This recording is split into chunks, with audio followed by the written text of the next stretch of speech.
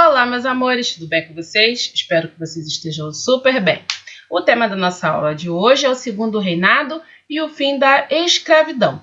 E com essa aula estaremos finalizando o terceiro bimestre, o conteúdo do terceiro bimestre.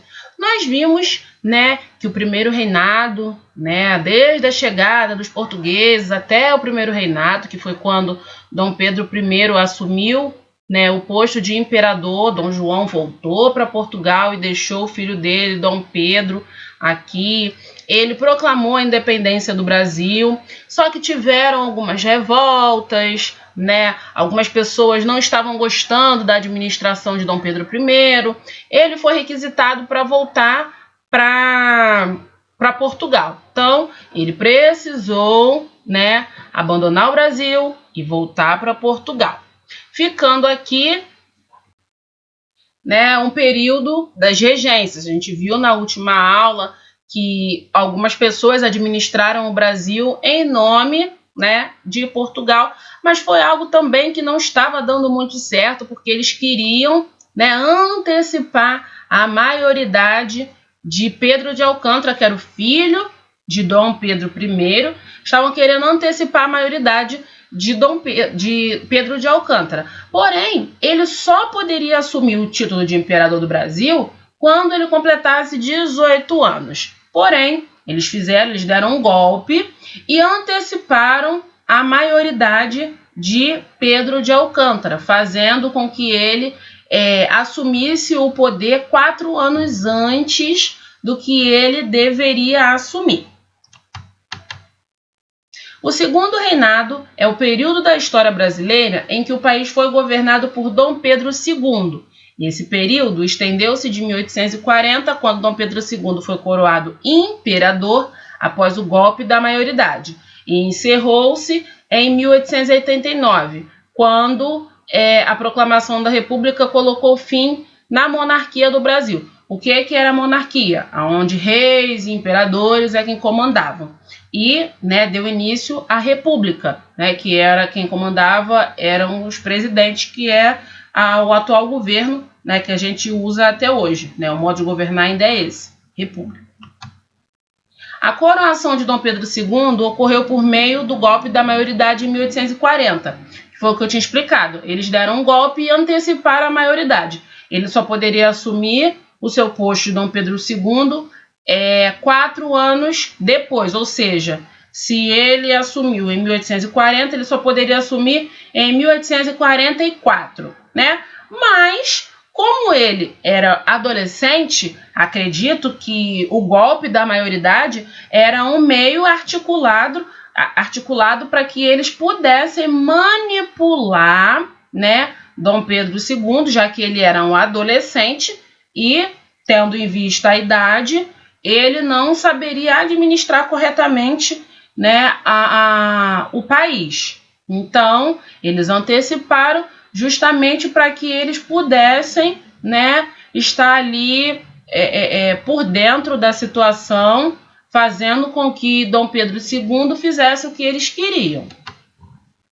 Os dois partidos que controlavam a política brasileira eram o Partido Liberal e o Partido Conservador. Então, vocês imaginam, que caos não estava. Um queria que pudesse tudo e o outro queria que segurasse tudo. Então, imagina que caos não ficou instalado nessa colônia.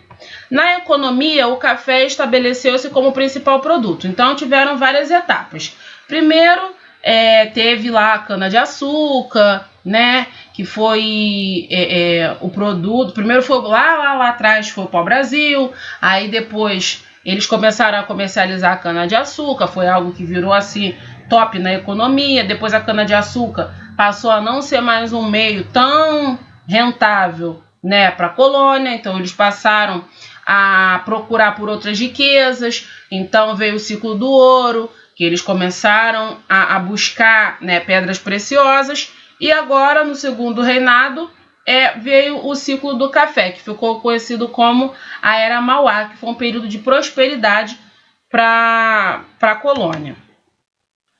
A abolição da escravatura foi resultado de uma intensa mobilização popular e política aliada com a resistência realizada pelos escravos. Concretizou-se com a assinatura da Lei Áurea em 13 de maio de 1888. Então, nesse período, eles estavam, né, buscando estarem libertos de toda forma, porque até então o Brasil ele não era mais colônia de Portugal, ele era, né, uma colônia independente. Porém, eles ainda tinham poder da mão de obra escrava. Então, eles ainda obrigavam, as pessoas ainda trabalhavam, né, sem o querer delas. Então, houve uma mobilização para que isso também se extinguisse, não houvesse mais a escravidão no país. Foi acontecendo, né, gradativamente, não foi algo que do dia para a noite assinaram a Lei Áurea, né, que foi o fim total da escravidão. Primeiro veio a Lei Eusébio de Queiroz, que proibia o tráfico de escravos para o Brasil. Então não podia mais comprar escravos fora e trazer para o Brasil. Então, se eles queriam mão de obra escrava, eles tinham que comprar dentro do próprio território. Depois veio a Lei do Ventre Livre, né? Que todo filho de escravo nascido a partir daquela época seria livre. Mas pensa, uma criança que acabou de nascer, se a mãe é escrava, como ela vai deixar a mãe? Aliás, como que a mãe vai deixá-la e vai continuar sendo escrava e a criança não? Ou seja, isso ainda era um meio de burlar, né, o querer da população. Porque se a mãe é escrava e o bebê acabou de nascer e ele é livre, ou a mãe teria que dar a criança para alguém, ou ela teria que conviver com a criança. Automaticamente, se a mãe era escrava e a criança livre, a criança se tornaria uma escrava de qualquer jeito, porque ela precisaria trabalhar ali, né? Mesmo que não fosse, né, aos olhos de todos, né, de forma escrava, mas ainda assim a criança não estaria livre, porque se os pais não eram livres, automaticamente ela também não seria livre.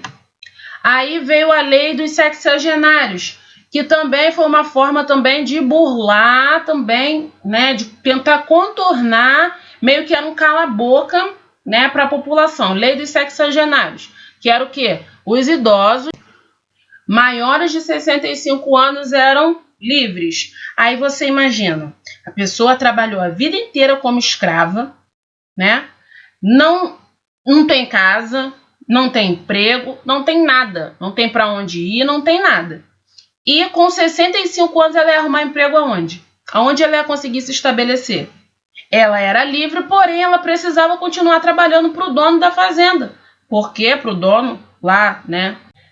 Lá para os senhores, porque ele precisava, né, se sustentar. E por fim veio a Lei Áurea, que também, se a gente for analisar, também não foi algo assim 100%. Foi só algo para dizer assim, tá bom, pronto, vocês estão livres. E aí? Vai para onde? Vai viver do quê? Vai comer o quê? Não teria. Então, eles precisavam continuar trabalhando para os senhores, né? Porque eles precisavam se manter. Mas, de qualquer forma, eles eram livres. Muitos escravos, né, com a Lei Áurea, eles foram viver nos quilombos, né, que era o local que eles podiam se refugiar sem precisar trabalhar de forma escrava, né? Com tudo isso, veio a Guerra do Paraguai, também foi algo que aconteceu dentro do período do Segundo Reinado. A Guerra do Paraguai foi um divisor de águas na história do Segundo Reinado. Nesse conflito, o Brasil envolveu-se em uma luta contra o Paraguai, de 1864 a 1870. O objetivo era obter uma saída para o oceano para ampliar o seu comércio marítimo. Após 6 anos de batalha, o Paraguai estava destruído e muitas pessoas mortas e a economia estava devastada.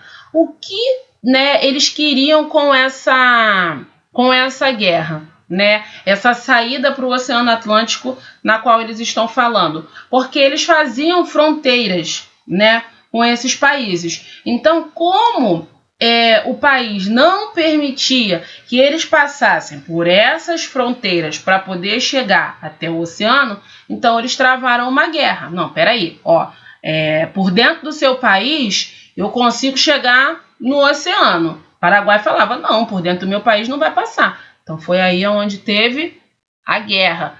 E o Paraguai não conseguiu se sustentar diante dessa guerra.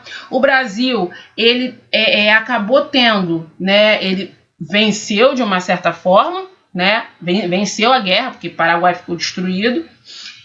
O Brasil venceu, porém ficou com uma dívida ainda maior com a Inglaterra. Lembra aquela dívida antiga que eles arrumaram lá quando teve aquela invasão de Napoleão no Brasil? Então eles já estavam com uma dívida com a Inglaterra, a dívida deles só aumentou, ok? Então assim a gente finaliza a parte do terceiro bimestre. Agora é hora de vocês pegarem a atividade de vocês e realizarem com bastante atenção. Lembrando, qualquer dúvida, pode me procurar lá no nosso grupo. Tudo bem? Um grande beijo. Tchau!